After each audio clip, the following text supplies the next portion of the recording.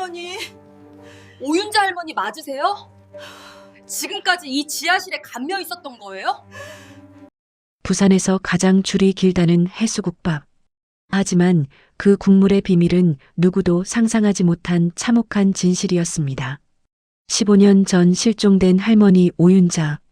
그녀는 죽지 않았습니다. 유명 한식 셰프 장혜수와 중견기업 사장 김문수 두 사람의 욕망이 만들어낸 강금의 지하, 그리고 국물 속에 숨겨진 어둠의 진실. 기막힌 이야기 채널을 찾아주셔서 감사합니다. 구독과 좋아요를 누르면 오늘 하루 엄청난 행운이 당신을 찾아올 거예요. 부산 범일동 재래시장은 아침부터 사람들의 발걸음으로 가득했습니다. 생선 장수의 구수한 외침, 떡볶이 냄새, 그리고 이곳저곳에서 들려오는 흥정 소리가 시장 특유의 활기를 만들어냈죠. 하지만 그 중에서도 유독 사람들의 발길이 끊이지 않는 곳이 하나 있었어요. 바로 시장 골목 안쪽, 낡은 간판 하나 달랑 걸린 해수국밥이었습니다. 오전 10시가 채 되기도 전인데 벌써 20명이 넘는 사람들이 줄을 서 있었어요. 그중 한 중년 남자가 옆 사람에게 말을 건넸습니다. 아이고, 오늘도 줄이 길어라. 근데 이 집 국물은 진짜 중독성이 있어요. 한번 먹으면 자꾸 생각나거든. 맞아요. 나는 부산 토박인데 이런 맛은 처음이에요. 뭐랄까, 그냥 단골 맛이 아니라 사람을 잡아끄는 맛이랄까? 그 말에 주변 사람들도 고개를 끄덕였습니다. 해수국밥은 부산에서 가장 유명한 국밥집 중 하나였어요. 텔레비전 프로그램에도 몇 차례 소개됐고 SNS에선 인생국밥이라는 태그가 끊이질 않았죠. 사람들은 이 집 국물에 대해 이야기할 때마다 똑같은 표현을 썼습니다. 도대체 뭘 넣은 거야? 국밥집 안은 더 분주했어요. 주방에선 장혜수 셰프가 땀을 뻘뻘 흘리며 국자를 휘저었습니다. 35살의 젊은 나이에 이미 요리계의 스타가 된 남자였죠. 15년 전만 해도 이름 없는 지방 요리사였던 혜수는 어느 날 갑자기 전국 요리 경연대회에서 우승하며 일약 스타덤에 올랐어요. 그 이후로 승승장구했고 지금은 부산을 대표하는 셰프로 자리 잡았습니다. 혜수는 국밥솥 앞에 서서 국물을 한 모금 떠먹어 봤어요. 고개를 끄덕이며 중얼거렸습니다. 이 맛만 유지하면 돼, 이 맛만. 그의 목소리엔 묘한 불안감이 섞여 있었어요. 마치 무언가를 잃을까 두려워하는 듯한 떨림이었죠. 하지만 손님들은 그런 걸 알 리 없었습니다. 그저 뜨끈한 국밥 한 그릇에 행복해하며 자리를 떴고 다음 손님이 그 자리를 채웠어요. 이렇게 하루에도 수백 그릇이 팔려나갔습니다. 그런데 같은 시각 국밥집 지하에선 전혀 다른 풍경이 펼쳐지고 있었어요. 컴컴한 지하 공간. 형광등 하나만이 희미하게 켜져 있는 그곳에서 한 노파가 큰 솥 앞에 쪼그려 앉아 있었습니다. 백발이 헝클어진 채 허리를 구부정하게 굽힌 모습이었죠. 노파는 육중한 국자를 들어 국물을 천천히 저었어요. 손목이 떨렸지만 멈추지 않았습니다. 누구 없소? 노파의 입에서 작은 소리가 새어나왔어요. 하지만 대답은 없었습니다. 그녀는 다시 한번 중얼거렸죠. 누구 없소, 나 좀 나가게 해주소. 이 노파의 이름은 오윤자. 15년 전 실종 신고가 접수됐던 사람이었습니다. 당시 60대 중반이었던 윤자는 부산역 인근 재래시장에서 작은 국밥집을 운영하고 있었어요. 손님들 사이에선 윤자 할매 국밥으로 불리며 꽤 유명했죠. 하지만 어느 날 갑자기 사라졌고 그 이후로 아무도 그녀를 보지 못했습니다. 경찰은 수사를 했지만 아무런 단서도 찾지 못했어요. 가족들은 실종 신고를 냈지만 시간이 지나면서 사람들의 기억 속에서 윤자는 점점 잊혀졌습니다. 아들은 해외로 나갔고 연락도 끊겼죠. 하지만 윤자는 사라진 게 아니었어요. 그녀는 지금도 여기 이 지하 공간에서 국물을 끓이고 있었습니다. 날마다 멈추지 않고 윤자는 솥 앞에서 허리를 폈다가 다시 굽혔어요. 관절이 뻐근했지만 쉴 수가 없었습니다. 위층에선 손님들의 웃음소리와 그릇 부딪히는 소리가 희미하게 들려왔죠. 윤자는 그 소리를 들으며 눈을 감았습니다. 이제 몇 년째인가. 그녀의 목소리는 바스락거리듯 메말라 있었어요. 한편 부산 시내의 한 신문사 사무실에선 젊은 기자 한 명이 오래된 기록 파일을 뒤적이고 있었습니다. 이름은 강나온. 31살의 탐사보도 기자였죠. 라온은 최근 부산 지역에서 발생한 실종 노인 사건들을 취재하고 있었어요. 이상한의 패턴이 비슷한데? 라온은 화면을 스크롤하며 중얼거렸습니다. 15년 전부터 최근까지 부산 지역에서 실종된 노인들의 공통점을 찾던 중이었어요. 그 중에서도 유독 눈에 띄는 이름이 하나 있었죠. 오윤자, 65세, 국밥집 운영, 마지막 목격 장소 부산역 인근. 라온은 메모를 적었습니다. 그리고 문득 생각났어요. 며칠 전 친구와 함께 갔던 국밥집, 해수국밥이었죠. 그곳 국물 맛이 계속 마음에 걸렸습니다. 그 맛 뭔가 특이했는데 라온은 노트북을 닫고 가방을 챙겼어요. 직감이 속삭였습니다.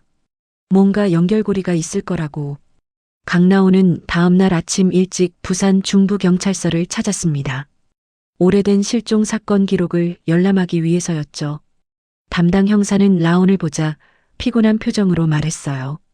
기자 양반, 15년 전 사건이면 이미 미제로 분류된 지 오래예요. 단서도 없고 가족들도 연락 끊긴 지 오래고. 그래도 한번 보고 싶습니다. 혹시 모르잖아요.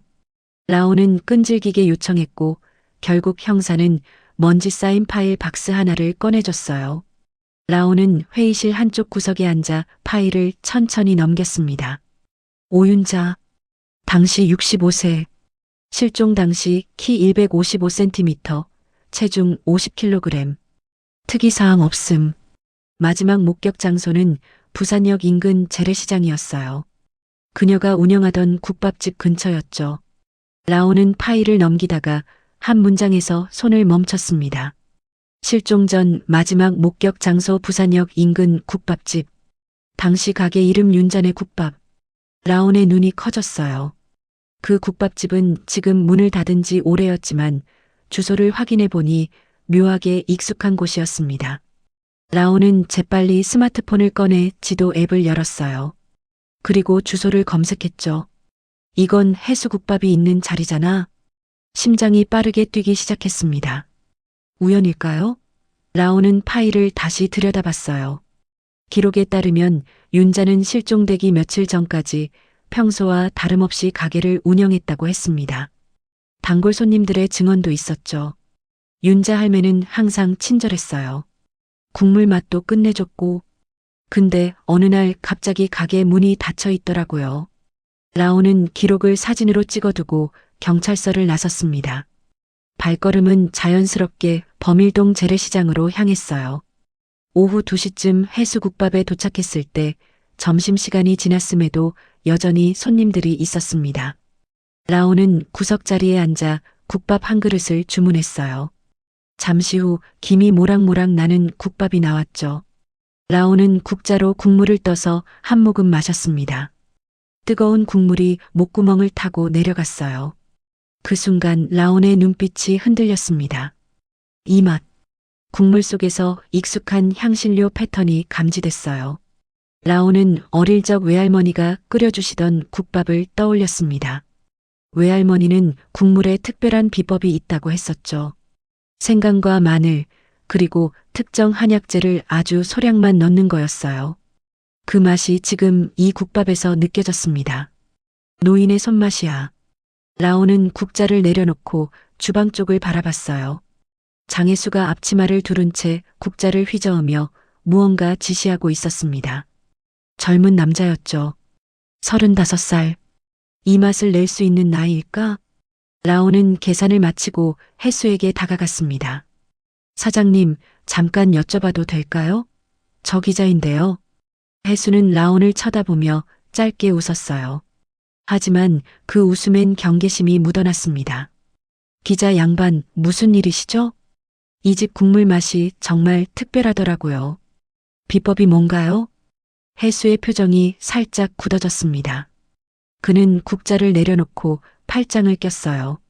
우리 집 국물은 기업 비밀이라서요. 말씀드릴 수가 없습니다. 그래도 대략적인 힌트 정도는. 죄송합니다만 정말 말씀드리기 어렵네요. 혜수의 목소리는 단호했어요. 라온은 그의 눈을 가만히 들여다봤습니다. 뭔가 숨기고 있다는 느낌이 강하게 들었죠. 라온은 한 발 물러서며 말했어요. 알겠습니다. 혹시 나중에 다시 여쭤봐도 될까요? 글쎄요, 바쁘거든요. 라온은 고개를 끄덕이고 가게를 나섰습니다. 하지만 발걸음을 멈추지 않고 곧바로 근처 부동산 중개소로 향했어요. 이 건물의 소유주가 누구인지, 그리고 언제부터 국밥집이 들어섰는지 확인하고 싶었습니다. 중개소 직원은 친절하게 설명해 줬어요. 아, 그 건물이요? 원래 15년 전까지만 해도 다른 국밥집이 있었어요. 윤잔의 국밥이었나?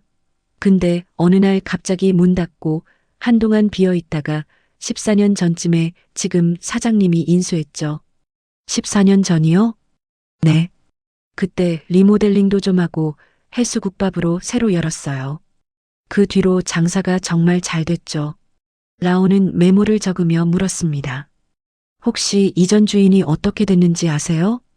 글쎄요, 실종됐다는 소문은 들었는데 자세한 건 모르겠어요. 라온은 중개소를 나와 다시 한번 해수국밥 건물을 바라봤습니다.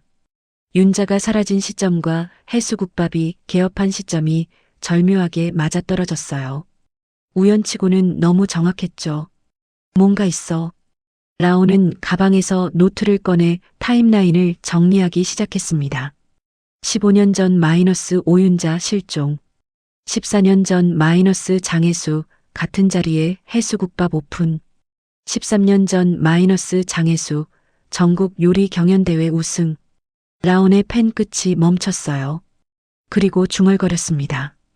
해수가 유명해진 시점도 윤자가 사라진 직후야.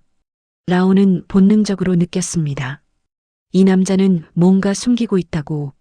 그리고 그 비밀은 15년 전 사라진 오윤자와 연결돼 있을 거라고. 해가 저물어갈 무렵 라온은 국밥집 맞은편 카페에 앉아 창밖을 지켜봤어요. 해수가 가게 문을 닫고 나오는 모습이 보였습니다. 그의 표정은 피곤해 보였지만 어딘가 불안해 보이기도 했죠. 라온은 커피를 한 모금 마시며 생각했습니다. 반드시 진실을 밝혀낼 거야.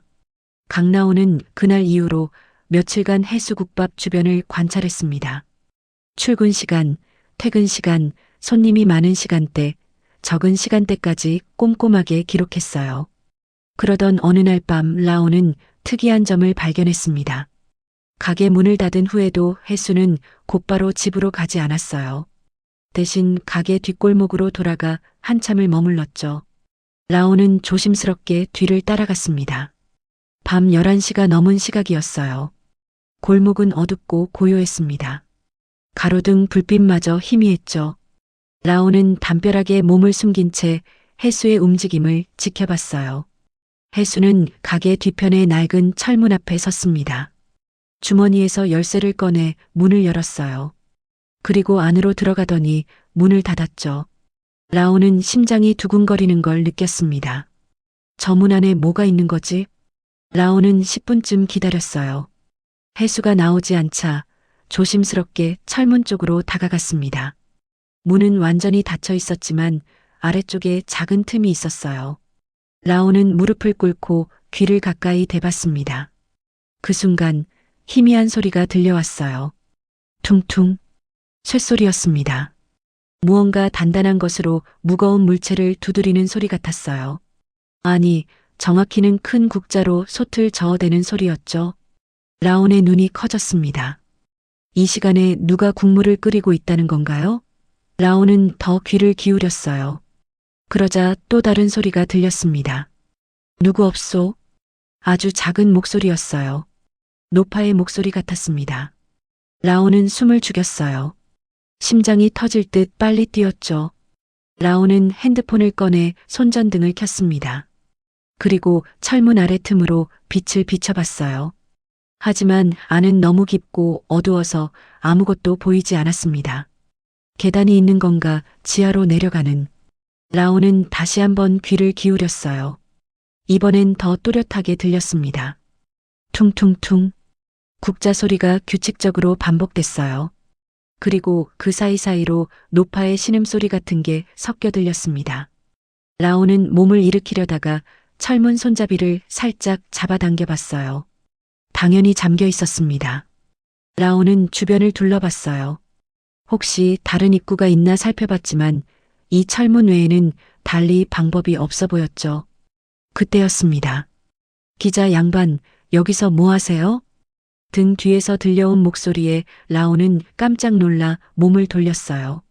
장혜수가 서 있었습니다. 그의 손에는 비닐봉지가 들려 있었고 표정은 차갑게 굳어 있었어요. 아, 그게... 라온은 당황해서 말을 더듬었습니다. 혜수는 천천히 다가오며 말했어요. 이 시간에 남의 가게 뒷골목에서 뭐 하시는 거예요?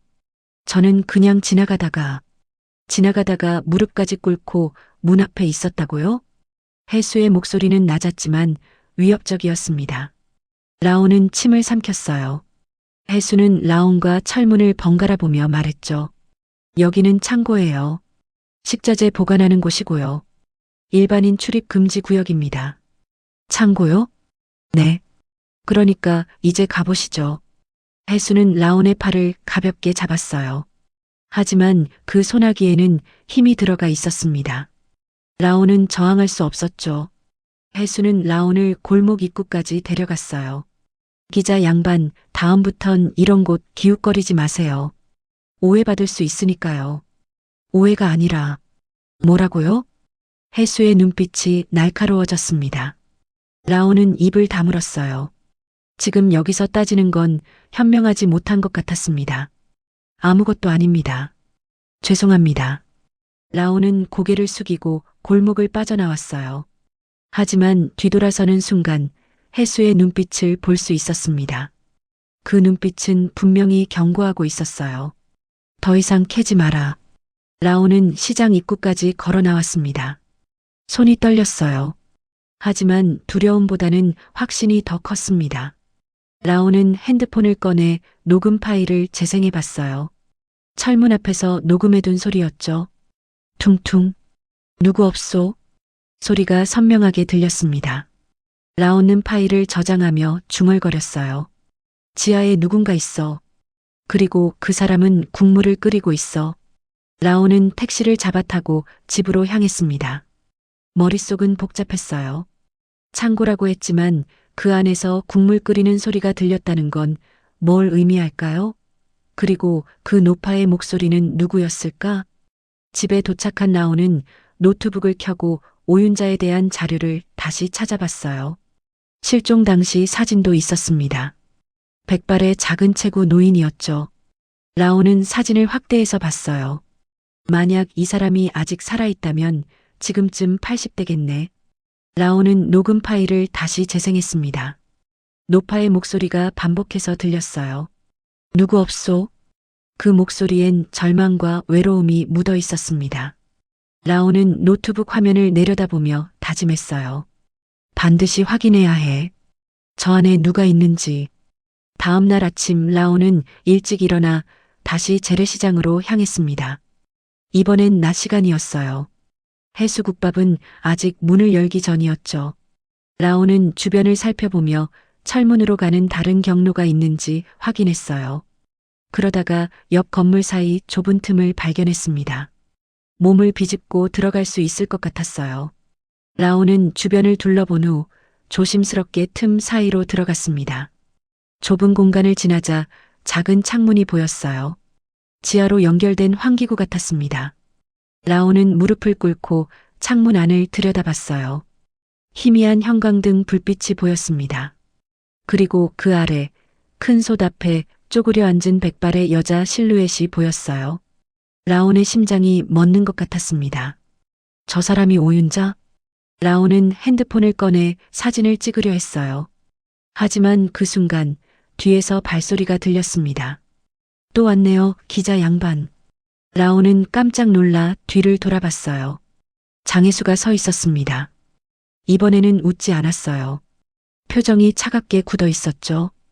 여기까지 오면 안 되는 건데요. 혜수의 목소리는 낮고 차가웠습니다. 라온은 본능적으로 뒤로 물러섰어요. 하지만 뒤는 벽이었죠. 혜수는 천천히 다가왔습니다. 장혜수는 라온의 앞에 서서 말했습니다. 기자 양반 경고했잖아요. 더 이상 여기 오지 말라고. 라온은 뒤로 물러서며 말했어요. 저 안에 누가 있죠? 지하에 사람이 있잖아요.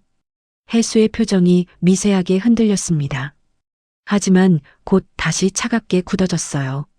창고에 직원이 있을 수도 있는 거 아니에요? 왜 그렇게 오버하세요? 직원이요? 그럼 왜 이렇게 숨겨진 곳에? 그만하세요. 혜수의 목소리가 낮아졌습니다. 라온은 더 이상 말하지 못했어요. 혜수는 라온의 팔을 잡고 골목 밖으로 데리고 나갔습니다. 이번에는 소나기에 더 힘이 들어가 있었죠. 다시는 여기 오지 마세요.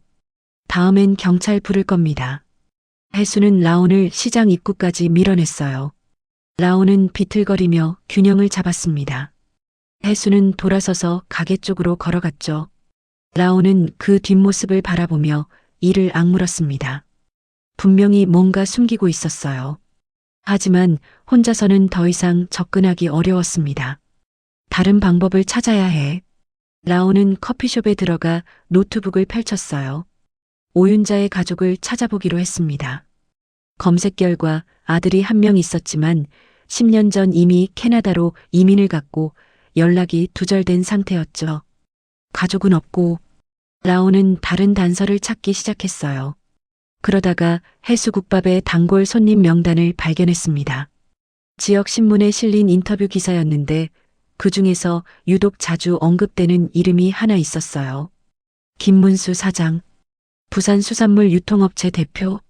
라온은 김문수에 대해 검색해봤습니다. 50대 중반의 사업가로 부산에서 꽤 큰 수산물 유통회사를 운영하고 있었어요. 그리고 해수국밥의 최고 단골이라고 자부하는 사람이었죠. 이 사람한테 물어보면 뭔가 알 수 있을지도 몰라. 라온은 김문수의 회사 주소를 찾아 곧바로 차를 몰았습니다.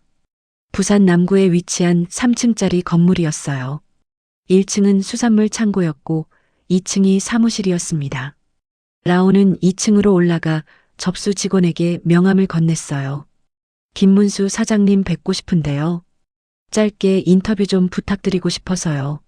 직원은 전화를 걸어 확인한 후 안내했습니다. 문수의 사무실은 창문이 큰 밝은 공간이었어요. 문수는 라온을 보자 활짝 웃으며 악수를 청했습니다. 어서 오세요, 기자 양반. 무슨 일로 오셨어요? 해수국밥에 대해 여쭤보고 싶어서요. 사장님이 최고 단골이시라고 들었거든요. 문수의 얼굴이 환해졌어요. 아, 맞아요. 나 거기 일주일에 5번은 가요. 그 집 국물 맛은 정말 끝내주거든요. 어떤 점이 특별한가요? 글쎄요, 뭐랄까, 그냥 평범한 국밥 맛이 아니에요. 뭔가 깊이가 있다고 할까?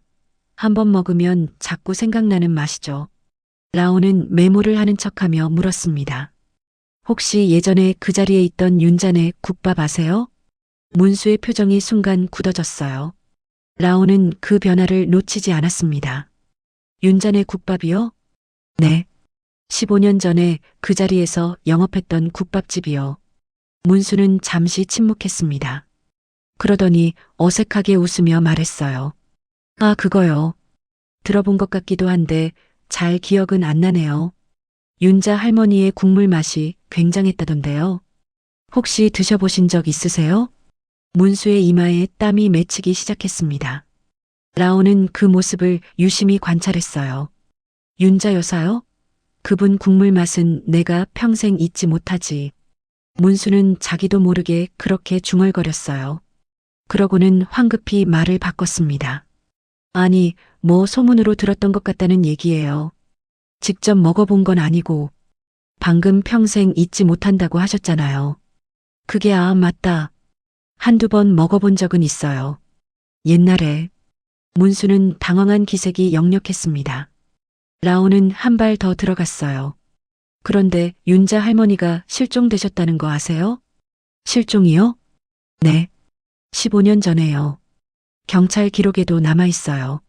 문수의 얼굴이 창백해졌습니다. 그는 컵을 들어 물을 마셨어요. 손이 미세하게 떨리고 있었죠. 그건 몰랐네요. 안타까운 일이네요. 라온은 노트에 뭔가를 적으며 말했습니다. 사실 제가 지하 창고에서 이상한 걸 봤거든요. 해수국밥 지하예요. 문수의 눈빛이 흔들렸어요. 그는 재빨리 표정을 바꾸며 말했습니다. 지하요? 거기 그냥 창고잖아요. 뭐가 이상한데요?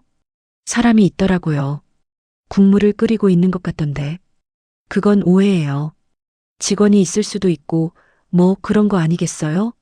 문수의 목소리가 높아졌습니다. 라온은 그 반응이 과도하다고 느꼈어요. 오해라고요? 네. 기자 양반, 그냥 창고일 뿐이에요. 너무 깊게 생각하지 마세요. 문수는 시계를 보며 자리에서 일어났습니다. 죄송한데 약속 시간이 있어서요. 오늘은 이만 가봐야겠네요. 아, 네. 시간 내주셔서 감사합니다. 라온은 명함을 두고 사무실을 나왔어요. 하지만 복도에서 멈춰서서 귀를 기울였습니다. 문수가 전화를 꺼는 소리가 들렸거든요. 여보세요, 혜수 씨? 나 문수예요. 지금 좀 기자가 여기까지 찾아왔어요. 윤자 얘기를 하더라고요. 라온의 눈이 커졌습니다. 문수와 혜수가 통화하고 있었어요. 네, 알아요. 조심해야죠. 하지만 그 기자가 지하까지 알고 있는 것 같아요. 어떻게 할 거예요? 라온은 핸드폰을 꺼내 녹음을 시작했습니다. 그래요. 알겠어요. 일단 입 조심하겠습니다. 당신도 조심하고요. 전화가 끊어지는 소리가 들렸어요. 라온은 재빨리 계단을 내려가 건물 밖으로 나왔습니다. 차에 타자마자 녹음 파일을 재생해 봤어요. 문수의 목소리가 또렷하게 들렸습니다. 윤자 얘기를 하더라고요. 지하까지 알고 있는 것 같아요. 라온은 핸들을 꽉 쥐었습니다. 문수와 혜수는 분명히 뭔가를 함께 숨기고 있었어요. 그리고 그건 오윤자와 관련이 있었습니다. 둘이 공범이야. 라온은 중얼거리며 시동을 걸었어요. 이제 확실해졌습니다. 혜수 혼자가 아니었어요. 문수도 이 일에 깊숙이 연루돼 있었죠. 라온은 경찰에 신고할까 고민했습니다. 하지만 아직 증거가 부족했어요. 녹음 파일만으로는 부족했죠. 지하에 누가 있는지 확실히 확인해야 했습니다. 다시 가야 해. 이번엔 확실한 증거를 잡아야 해. 라온은 핸들을 돌려 재래시장 쪽으로 차를 몰았습니다. 하지만 마음 한편으론 불안했어요. 혜수와 문수가 자신을 경계하고 있다는 걸 알았거든요. 조심해야 해. 하지만 포기할 순 없어. 라온은 창밖을 바라보며 다짐했습니다. 반드시 진실을 밝혀내겠다고. 강라온은 집으로 돌아와 노트북 앞에 앉았습니다. 장혜수에 대해 더 깊이 파헤쳐야 했어요. 라온은 과거 신문 기사들을 뒤지기 시작했습니다. 13년 전 기사가 눈에 들어왔어요. 신인 요리사 장혜수, 전국 요리 경연대회 우승. 사진 속 혜수는 트로피를 들고 환하게 웃고 있었습니다. 당시 22살이었죠. 라온은 더 오래된 기록을 찾았어요. 15년 전 혜수는 부산의 작은 식당에서 일하는 평범한 조리사였습니다. 특별한 경력도 없었고 이름도 알려지지 않은 사람이었죠. 그런데 갑자기 우승을? 라온은 우승 당시 혜수가 만든 요리를 확인해 봤어요. 부산식 돼지국밥이었습니다. 심사위원들은 입을 모아 말했죠. 이 국물은 깊이가 다르다. 오랜 세월의 노하우가 느껴진다. 젊은 나이에 이런 맛을 낼 수 있다는 게 놀랍다. 라온은 화면을 응시했어요. 오랜 세월의 노하우. 젊은 나이. 이 두 가지는 모순이었습니다. 누군가의 레시피를 훔친 거야. 라온은 더 자료를 찾았어요. 혜수가 우승한 시점은 윤자가 실종된 지 1년 후였습니다. 그리고 혜수국밥이 오픈한 건 실종 직후였죠. 타임라인이 완벽하게 들어맞았어요. 15년 전 마이너스 오윤자 실종. 14년 전 마이너스 장혜수 같은 자리에 혜수국밥 오픈. 13년 전 마이너스 장혜수 전국 요리 경연대회 우승. 라온은 세금 기록도 조회해 봤습니다. 해수국밥의 사업자 등록 서류를 보니 공동 투자자 명단이 있었어요. 그중 한 명이 바로 김문수였습니다. 역시 처음부터 둘이 함께한 거야. 라온은 투자 금액을 확인했어요. 문수는 해수국밥 개업 당시 5천만 원을 투자했습니다. 적지 않은 금액이었죠. 그 대가로 문수는 매달 일정 금액을 배당받고 있었어요. 윤자를 이용해서 돈을 번 거야. 라온은 이를 악물었습니다. 증거는 점점 모이고 있었어요. 하지만 결정적인 증거가 필요했습니다. 지하에 윤자가 있다는 확실한 증거. 라온은 가방에서 작은 카메라를 꺼냈어요. 몰래 촬영용 초소형 카메라였습니다. 이걸 가지고 다시 현장에 가기로 했죠. 밤 10시, 라온은 다시 재래시장 뒷골목으로 향했습니다. 이번엔 더 조심스러웠어요. 해수가 언제 나타날지 모르니까요. 골목 입구에서 주변을 살폈습니다. 아무도 없었어요. 라온은 어제 발견했던 환기구 쪽으로 몸을 숨겼습니다. 그런데 그때였어요. 거기 누구요? 뒤에서 들려온 목소리에 라온은 깜짝 놀랐습니다. 돌아보니 김문수가 서 있었어요. 그의 옆엔 장혜수도 함께였죠. 기자 양반 경고했잖아요. 해수의 목소리는 차가웠습니다. 라온은 뒤로 물러서며 말했어요. 저는 그냥 한밤중에 남의 가게 뒤에서 뭘 하려고 했어요? 문수가 앞으로 다가왔습니다. 라온은 도망치려 했지만 출구는 이미 막혀 있었어요. 이러지 마세요. 저 소리 지르면 소리 질러봐요. 여긴 아무도 안 와요. 해수가 라온의 팔을 붙잡았습니다. 라온은 저항했지만 힘으로는 상대가 되지 않았어요. 문수도 반대편 팔을 잡았죠. 잠깐만요. 이러면 안 돼요. 라온이 소리쳤지만 소용없었습니다. 두 사람은 라온을 끌고 철문 쪽으로 갔어요. 해수가 열쇠로 문을 열자 어두운 계단이 나타났습니다. 내려가요. 싫어요. 라온은 발버둥 쳤지만 문수가 뒤에서 등을 밀었어요. 라온은 비틀거리며 계단을 내려갔습니다. 해수가 앞에서 손전등을 비췄죠. 계단은 생각보다 깊었어요. 15개쯤 내려가자 지하 공간이 나타났습니다. 형광등 불빛 아래 큰 솥이 보였어요. 그리고 그 옆에 쪼그려 앉은 노파가 있었습니다. 라온의 눈이 커졌어요. 바로 오윤자였습니다. 할머니, 라온이 소리쳤지만 윤자는 반응이 없었어요. 그저 국자를 들고 기계적으로 국물을 저을 뿐이었죠. 해수가 라온을 벽 쪽으로 밀어냈습니다. 라온은 바닥에 주저앉았어요. 이제 알았으니 어쩔 수 없네요. 해수의 목소리는 차갑고 냉정했습니다. 라온은 그를 올려다보며 물었어요. 도대체 왜 이런 짓을 해요? 할머니를 왜 여기 가둬놓은 거예요? 문수가 대답했습니다. 왜긴 왜야. 돈 때문이지. 돈? 그래요, 돈. 이 할망구의 국물 맛은 수십억 원짜리예요. 우리가 왜 놓치겠어요? 라온은 믿을 수 없다는 표정으로 문수를 바라봤어요. 미쳤어요? 사람을 15년 동안 감금하고 있었다고요? 해수가 입을 열었습니다. 처음엔 그럴 생각은 아니었어요. 해수의 목소리가 조금 떨렸어요. 나는 그냥 유명해지고 싶었을 뿐이에요. 요리사로 성공하고 싶었다고요. 그런데 문수 씨가 윤자 할머니 국밥을 먹고 나서 이걸 사업화하자고 했어요. 그래서 할머니를 납치한 거예요? 납치라니 우린 그냥 제안했어요. 함께 사업하자고. 근데 이 할망구가 거절했어요. 문수가 윤자를 가리키며 말했습니다. 그래서 어쩔 수 없이 이렇게 된 거예요.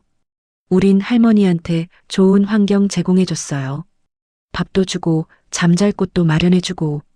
이게 좋은 환경이에요? 지하 감옥이잖아요. 라온이 소리쳤습니다. 해수는 고개를 돌렸어요. 어쨌든 이미 늦었어요. 우린 이제 멈출 수가 없어요. 프랜차이즈 계획도 있거든요. 문수가 덧붙였습니다. 전국에 해수국밥 체인점을 내는 거예요. 그러면 수조 원은 벌 수 있어요. 이 맛이면 가능해요. 라온은 두 사람을 번갈아 보며 말했어요. 당신들 정말 미쳤어요. 사람을 도구로 쓰다니. 도구, 윤자 할머니는 우리에게 황금알을 낳는 거위예요. 소중하게 관리하고 있다고요. 문수의 말에 라온은 구역질이 났습니다. 해수는 라온의 가방을 뒤져 카메라와 핸드폰을 꺼냈어요. 이것들 다 압수할게요. 그리고 당분간 여기 있어야겠네요. 뭐라고요? 경찰에 신고할까 봐요. 며칠만 여기 있으면 돼요. 해수는 밧줄을 가져와 라온의 손을 묶었습니다. 라온은 저항했지만 소용없었어요. 이러면 납치해요. 범죄라고요. 이미 우린 범죄자예요. 하나 더 늘어나는 거야 상관없어요. 문수가 비웃으며 말했습니다. 두 사람은 계단을 올라갔고 철문이 닫히는 소리가 들렸어요. 라온은 묶인 손을 바라봤습니다. 지하는 다시 고요해졌죠. 옆에선 윤자가 여전히 국물을 저었어요. 라온은 윤자를 바라보며 속삭였습니다. 할머니 괜찮으세요? 하지만 윤자는 대답하지 않았습니다. 그저 국자를 들고 퉁퉁 소리를 내며 국물을 저을 뿐이었죠. 라온은 벽에 기댔어요. 눈물이 났습니다. 분노와 무력감이 동시에 밀려왔죠. 여기서 어떻게 나가지? 지하 공간은 냉기가 감돌았습니다. 형광등 불빛은 희미하게 깜빡였고 국물 끓는 소리만이 고요함을 깼어요. 강나오는 묶인 손목을 풀어보려 했지만 밧줄은 꽉 조여져 있었습니다. 몇 시간이 지났을까요? 라온은 점점 지쳐갔어요. 그때 옆에서 작은 소리가 들렸습니다. 물. 라온은 고개를 돌렸어요. 오윤자가 국자를 내려놓고 허리를 폈습니다. 그녀의 얼굴이 형광등 불빛 아래 드러났죠. 주름진 얼굴, 움푹 들어간 눈, 백발이 헝클어진 모습이었어요. 할머니, 괜찮으세요? 라온이 물었습니다. 윤자는 천천히 고개를 돌려 라온을 바라봤어요. 눈빛은 흐릿했지만 그 안에 희미한 의식이 남아 있었습니다. 당신은 누구요? 윤자의 목소리는 바스락거리듯 메말라 있었어요. 라온은 최대한 부드럽게 대답했습니다. 저는 기자예요. 할머니를 찾으러 왔어요. 찾으러? 윤자는 고개를 가웃거렸습니다. 마치 그 단어의 의미를 이해하지 못하는 것처럼요. 네. 할머니가 실종됐다는 기록을 봤거든요. 15년 전에요. 15년. 윤자는 중얼거렸어요. 그녀의 눈에 물기가 맺혔습니다. 그렇게 오래됐나 나는 여기 온 게 엊그제 같은데. 라온의 가슴이 먹먹해졌어요. 윤자는 시간 감각조차 잃어버린 것 같았습니다. 할머니, 어떻게 여기 오게 됐어요? 윤자는 잠시 침묵했습니다. 그러더니 천천히 입을 열었어요. 그날 내 국밥을 맛본 남자가 있었어요. 남자요? 응. 정장 입은 사람이었지. 국밥 한 그릇 먹고 나서 울더라고. 윤자의 목소리가 떨렸습니다. 왜 우냐고 물었더니 돌아가신 어머니 생각이 난다고 했어요. 어머니가 끓여주시던 국밥 맛이 난다고. 라온은 숨을 죽이고 들었어요. 그 남자가 며칠 뒤에 다시 왔어요. 이번엔 젊은 요리사 하나를 데리고 왔지. 그게 해수였어요. 윤자는 눈을 감았습니다. 처음엔 좋은 사람들인 줄 알았어요. 내 국밥을 정말 좋아하는 것 같았거든. 그런데 어느 날 사업 제안을 하더라고요. 사업 제안이요? 함께 큰 가게를 차리자고 했어요. 프랜차이즈로 만들자고. 나는 거절했지. 나는 그냥 작은 가게에서 손님들 맞는 게 좋았거든. 윤자의 목소리가 낮아졌어요. 그날 밤이었어요. 가게 문 닫고 정리하는데 뒤에서 누가 때렸어요. 정신 차리니 여기 있더라고. 라온은 주먹을 꽉 쥐었습니다. 분노가 치밀어 올랐어요. 그 남자가 김문수죠? 이름은 몰라요. 하지만 그 사람 목소리는 잊을 수가 없어요. 위에서 가끔 들리거든. 윤자는 천장을 올려다봤습니다. 처음엔 나도 저항했어요. 나가게 해달라고 소리 지르고 밥도 안 먹고 그랬는데 소용없더라고. 그 사람들은 날 굶겼어요. 사흘 동안. 라온의 눈에 눈물이 맺혔어요. 그리고 말했어요. 국물만 끓여주면 먹을 거 주고 잠잘 곳도 주겠다고. 안 그러면 죽을 때까지 굶긴다고. 윤자는 솥을 바라봤습니다. 나는 살고 싶었어요. 그래서 국물을 끓였어요. 매일매일 멈추지 않고 라온은 더 이상 참을 수 없었어요. 눈물이 흘러내렸습니다. 할머니 정말 죄송해요. 이렇게 오래 고통받으셨는데 괜찮아요. 윤자는 라온을 바라보며 희미하게 웃었어요. 당신이라도 찾아와줘서 고마워요. 15년 만에 처음으로 사람 구실을 하는 것 같네요. 라온은 윤자의 손을 잡고 싶었지만 손이 묶여 있었어요. 그저 눈으로만 위로할 수밖에 없었죠. 할머니, 우리 꼭 여기서 나갈 거예요. 제가 반드시 할머니를 구해드릴게요. 윤자는 고개를 저었습니다. 이미 늦었어요. 나는 이제 너무 늙었고 기력도 없어요. 아니에요. 할머니는 아직 살아계시잖아요. 포기하면 안 돼요. 윤자는 라온의 얼굴을 가만히 바라봤어요. 오랜만에 보는 젊은이의 눈빛이었습니다. 희망이 담긴 눈빛이었죠. 당신 이름이 뭐예요? 강라온이에요. 라온 좋은 이름이네요. 윤자는 다시 국자를 들었어요. 하지만 이번엔 힘없이 내려놓았습니다. 나는 그냥 국물 끓이는 기계가 된 것 같아요. 사람이 아니라. 아니에요, 할머니. 할머니는 사람이에요. 그 사람들이 할머니를 도구로 만든 거예요. 라온은 주변을 둘러봤습니다. 탈출할 방법을 찾아야 했어요. 지하 공간은 넓지 않았습니다.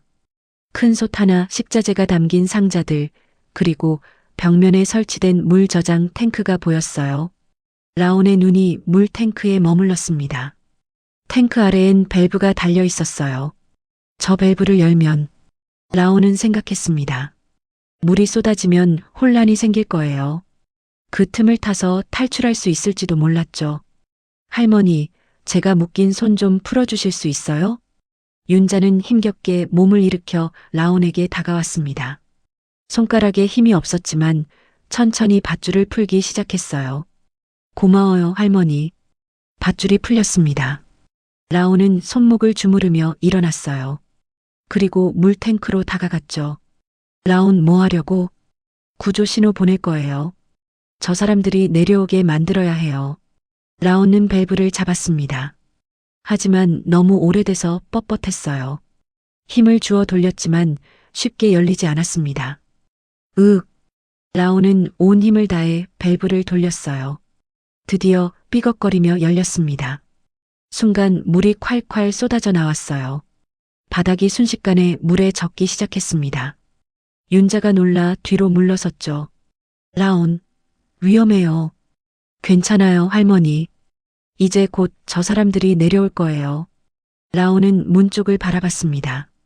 물이 계단 쪽으로 흘러가기 시작했어요. 얼마 지나지 않아 위에서 발소리가 들렸습니다. 뭐야? 무슨 소리야? 해수의 목소리였어요. 철문이 열리고 계단을 내려오는 소리가 들렸습니다. 라온은 윤자의 손을 잡았어요. 할머니, 제 뒤에 계세요. 해수와 문수가 지하로 내려왔습니다. 물이 가득 찬 바닥을 보고 놀란 표정을 지었어요. 이게 무슨 짓이야? 해수가 소리쳤습니다. 라온은 그들을 똑바로 바라보며 말했어요. 이제 끝이에요. 할머니를 놓아드려야 해요. 물은 계속 쏟아져 나왔습니다. 지하 바닥은 이미 발목까지 차올랐어요. 장혜수와 김문수는 당황한 표정으로 서 있었죠. 미쳤어? 이게 무슨 짓이야? 문수가 소리쳤습니다.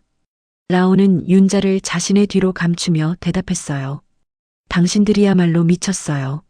사람을 15년 동안 가둬놓고. 해수는 밸브 쪽으로 다가가려 했지만 라온이 막아섰습니다. 비켜요. 안 돼요. 이제 경찰이 올 거예요. 경찰? 웃기지 마. 당신 핸드폰은 우리가 가지고 있어. 문수가 비웃으며 말했습니다. 하지만 라온은 미소를 지었어요. 핸드폰만 있는 게 아니에요. 제 동료가 제 위치를 추적하고 있어요. 연락이 안 되면 바로 경찰에 신고하기로 했거든요. 그건 거짓말이었습니다. 하지만 라온은 시간을 벌어야 했어요. 해수의 표정이 굳어졌습니다. 문수는 해수를 쳐다보며 말했어요. 이거 큰일인데? 어떡할 거야? 닥쳐요. 해수가 소리쳤습니다. 그의 이마에는 땀이 흘러내리고 있었어요. 지아는 점점 혼란스러워졌습니다. 라온은 그 틈을 타서 윤자의 손을 잡고 계단 쪽으로 움직였어요. 하지만 문수가 재빨리 길을 막아섰습니다. 어딜 가려고? 비켜요. 라온이 밀치려 하자 문수가 라온의 팔을 붙잡았어요. 라온은 비틀거렸지만 윤자의 손은 놓지 않았습니다. 나요. 그때 해수가 밸브를 잠그려 다가왔어요. 라온은 재빨리 발로 해수의 다리를 걸었습니다. 해수는 균형을 잃고 물에 넘어졌죠. 으악! 해수가 비명을 질렀어요. 물이 튀었습니다. 문수는 해수를 일으키려다가 라온과 윤자가 계단으로 향하는 걸 봤어요. 안 돼. 문수가 뛰어갔지만 라온은 이미 윤자와 함께 계단을 오르기 시작했습니다. 윤자는 힘이 없어 비틀거렸지만 라온이 붙들어줬어요. 할머니, 조금만 더요. 계단을 반쯤 올라갔을 때 뒤에서 문수가 라온의 발을 잡았습니다. 라온은 계단에 부딪혔어요. 으윽! 라온은 발을 휘둘러 문수를 뿌리쳤습니다. 문수는 계단을 굴러 내려갔죠. 라온은 재빨리 윤자를 이끌고 위로 올라갔어요. 드디어 철문 밖으로 나왔습니다. 밤 공기가 차가웠어요. 라온은 윤자를 부축하며 골목을 달렸습니다. 할머니, 조금만 더 힘내세요. 윤자는 숨을 헐떡였지만 멈추지 않았어요. 15년 만에 처음으로 밖으로 나온 거였습니다. 뒤에서 해수와 문수가 쫓아왔어요. 해수의 목소리가 골목에 울렸습니다. 라온은 뒤돌아보지 않고 계속 달렸어요. 시장 입구까지 나오면 사람들이 있을 거였습니다. 하지만 윤자는 더 이상 달릴 수 없었어요. 15년간 갇혀 지낸 몸은 너무 약해져 있었죠. 라온 나는 못 가겠어요. 안 돼요, 할머니. 라온은 윤자를 업으려 했습니다. 그 순간 해수가 라온의 옷깃을 잡았어요. 이제 끝이야. 해수가 소리쳤습니다. 라온은 뒤로 넘어졌어요. 윤자도 함께 바닥에 쓰러졌죠. 문수가 숨을 헐떡이며 도착했습니다. 이제 어쩔 수 없어. 우리 여기서 끝낼 수밖에. 뭘 끝내려고? 문수의 말에 라온의 등골이 오싹했어요. 해수는 주머니에서 뭔가를 꺼냈습니다. 바로 그때였어요. 거기서 골목 입구에서 목소리가 들렸습니다. 손전등 불빛이 비쳤어요. 경찰이었습니다. 해수와 문수는 놀란 표정으로 돌아봤어요. 경찰 2명이 다가오고 있었습니다. 신고받고 왔습니다. 무슨 일이죠? 라온은 안도의 한숨을 내쉬었어요. 정말 동료가 신고했던 건 아니었지만 누군가 소란을 듣고 신고한 것 같았습니다. 경찰관님, 이 사람들이... 라온이 말하려는 순간 해수가 라온의 입을 막았어요. 아무것도 아닙니다. 그냥 취객이 소란 피운 거예요. 경찰은 의심스러운 눈으로 바라봤습니다. 취객이요? 그럼 저 할머니는 뭡니까? 윤자가 바닥에 쓰러져 있었어요. 경찰은 다가와 윤자를 살폈습니다. 할머니, 괜찮으세요? 윤자는 떨리는 목소리로 말했어요. 살려주세요. 경찰의 표정이 굳어졌습니다. 뭔가 심상치 않다는 걸 느낀 거였죠. 여러분, 일단 모두 경찰서로 동행해 주시죠. 해수와 문수는 서로를 쳐다봤어요. 그리고 갑자기 달리기 시작했습니다. 잡아요. 경찰이 소리쳤습니다. 한 명은 해수를 쫓아갔고 다른 한 명은 무전기로 지원을 요청했어요. 라온은 윤자를 부축해 일으켰습니다. 할머니, 이제 괜찮아요. 경찰이 왔어요. 윤자는 라온을 바라보며 눈물을 흘렸어요. 정말 끝난 건가요? 네, 이제 정말 끝났어요. 잠시 후 더 많은 경찰차가 도착했습니다. 해수는 골목에서 붙잡혔고 문수는 시장 입구에서 체포됐어요. 라온은 경찰에게 모든 상황을 설명했습니다. 지하 감금실, 윤자의 실종 사건, 15년간의 감금. 경찰은 즉시 현장을 확보했어요. 지하로 내려간 경찰들은 충격을 받았습니다. 큰 솥, 식자재 상자들, 그리고 물에 잠긴 바닥.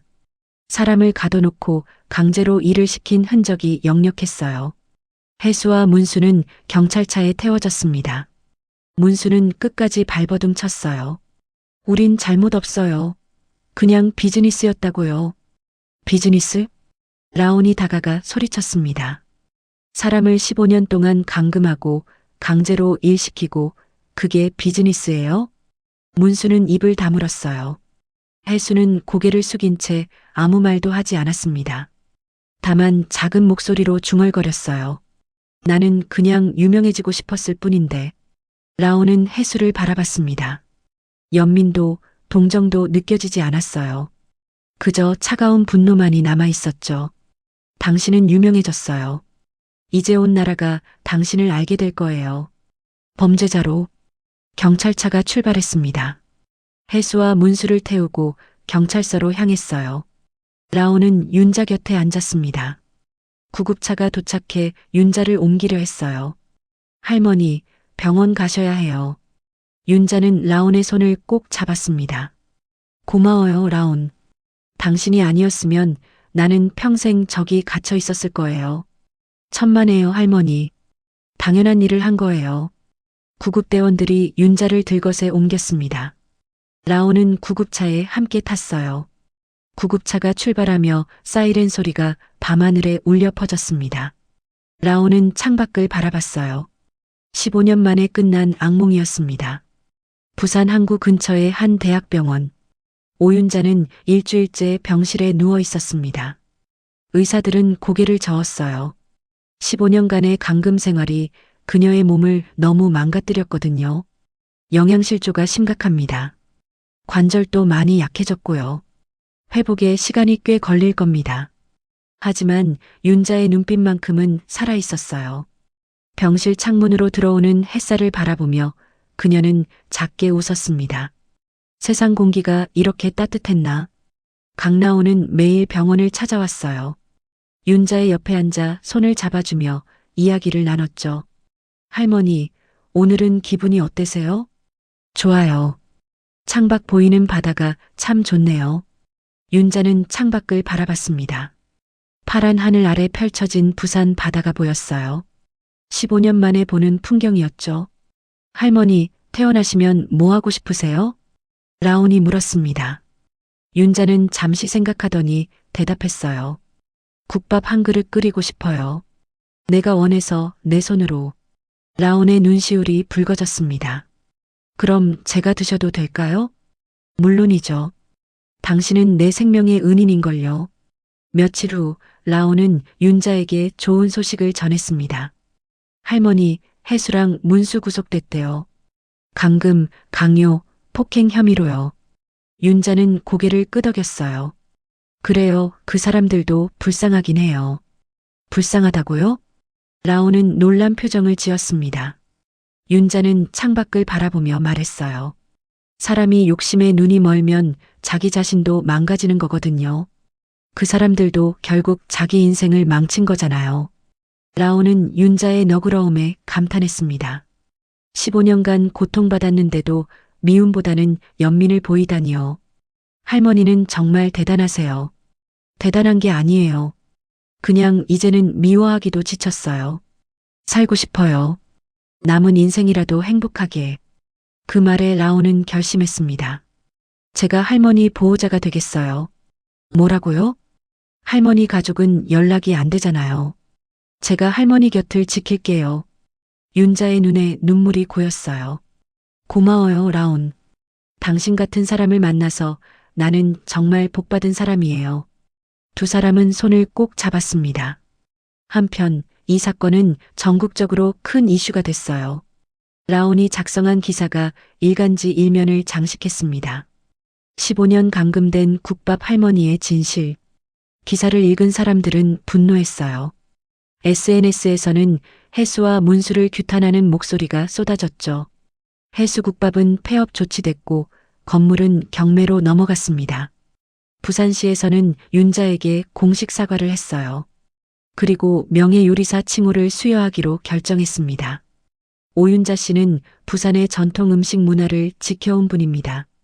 비록 고통스러운 시간을 보내셨지만 그분의 손맛은 잊혀지지 않을 것입니다. 시장의 말에 기자회견장에 모인 사람들은 박수를 쳤어요. 한 달 후 윤자는 병원에서 퇴원했습니다. 라온은 윤자를 집으로 데려갔어요. 라온이 마련한 작은 원룸이었죠. 할머니, 여기서 지내세요. 제가 옆집에 있을게요. 이렇게까지 해줘서 미안해요. 할머니, 저야말로 감사해요. 할머니 덕분에 저도 많이 배웠어요. 윤자는 집안을 둘러봤습니다. 작지만 따뜻한 공간이었어요. 창문으로는 햇살이 들어왔죠. 며칠 후 재래시장 상인회에서 윤자를 찾아왔습니다. 윤자 할머니, 저희가 작은 가게 하나 준비했습니다. 다시 국밥집 하실 생각 없으세요? 윤자는 놀란 표정을 지었어요. 국밥집이요? 네. 할머니 손맛을 기억하는 사람들이 많아요. 다들 할머니 국밥 먹고 싶다고 하거든요. 윤자는 라온을 바라봤습니다. 라온은 미소를 지으며 고개를 끄덕였어요. 할머니가 원하시면 하세요. 이번엔 할머니 이름으로 할머니가 원해서. 윤자는 잠시 고민했습니다. 그리고 천천히 고개를 끄덕였어요. 좋아요. 해볼게요. 이번엔 자유롭게. 일주일 후 범일동 재래시장 한쪽에 작은 국밥집이 문을 열었습니다. 간판에는 이렇게 쓰여 있었어요. 윤자 식당. 개업 첫날부터 줄이 길게 늘어섰습니다. 사람들은 윤자의 이야기를 듣고 찾아온 거였어요. 하지만 국물을 맛보고 나서는 진짜 이유를 알았죠. 이 맛이야, 이게 진짜 윤자 할머니 국밥이구나. 한 손님이 눈물을 글썽이며 말했어요. 윤자는 주방에서 국자를 들고 국물을 저었습니다. 이번엔 억지로가 아니었어요. 자발적으로 행복하게 저었죠. 라온은 홀에서 손님들을 맞이했어요. 이제 라온은 윤자의 든든한 조력자였습니다. 점심시간이 지나고 윤자와 라온은 함께 국밥 한 그릇씩을 먹었어요. 할머니, 맛있어요. 그래요? 예전 맛이 나나요? 예전보다 더 맛있어요. 왜냐하면 이건 자유의 맛이거든요. 윤자는 국물을 한술 떠서 마셨습니다. 따뜻한 국물이 목구멍을 타고 내려갔어요. 그리고 눈물이 흘러내렸죠. 맞아요. 이제야 제대로 된 맛이네요. 라온은 윤자의 손을 잡았습니다. 할머니, 이제 행복하시죠? 응. 너무 행복해요. 저녁 무렵 장사를 마치고 문을 닫을 때였어요. 윤자는 가게 앞에 서서 하늘을 올려다봤습니다. 노을이 지고 있었어요. 주황빛 하늘이 아름다웠죠. 라온. 네, 할머니. 고마워요. 나를 다시 사람으로 만들어줘서. 라온은 윤자의 어깨에 손을 얹었어요. 할머니는 처음부터 사람이었어요. 그냥 잠시 갇혀 있었을 뿐이에요. 윤자는 라온을 바라보며 웃었습니다. 15년 만에 짓는 진짜 미소였어요. 그렇게 윤자 식당은 부산 재래시장의 명물이 됐습니다. 사람들은 국밥을 먹으러 오기도 했지만 윤자의 이야기를 듣기 위해 오기도 했어요. 그리고 윤자는 말했습니다. 국물의 맛보다 더 따뜻한 건 사람들의 마음이에요. 라온은 고개를 끄덕였어요. 그 말이 맞았습니다. 윤자를 구한 건 라온의 용기였지만 윤자를 치유한 건 사람들의 따뜻한 마음이었거든요. 부산 바다에서 불어오는 바람이 시장을 스쳐 지나갔습니다. 윤자 식당 간판이 바람에 살랑거렸어요. 윤자는 가게 문을 닫으며 중얼거렸습니다. 내일도 좋은 국물 끓여야지. 그 목소리에는 희망이 담겨 있었습니다. 15년의 어둠을 지나 찾아온 빛이었죠. 라온은 윤자의 뒷모습을 바라보며 미소 지었어요. 할머니, 이제 정말 행복하시길. 그날 밤 윤자는 오랜만에 편안한 잠을 잤습니다. 악몽은 없었어요. 대신 따뜻한 꿈을 꿨죠. 국밥 한 그릇을 끓여 손님들에게 내어주는 꿈. 손님들이 웃으며 맛있게 먹는 꿈. 그리고 그 꿈 속에서 윤자도 웃고 있었습니다. 진짜 자유를 되찾은 사람의 미소였어요.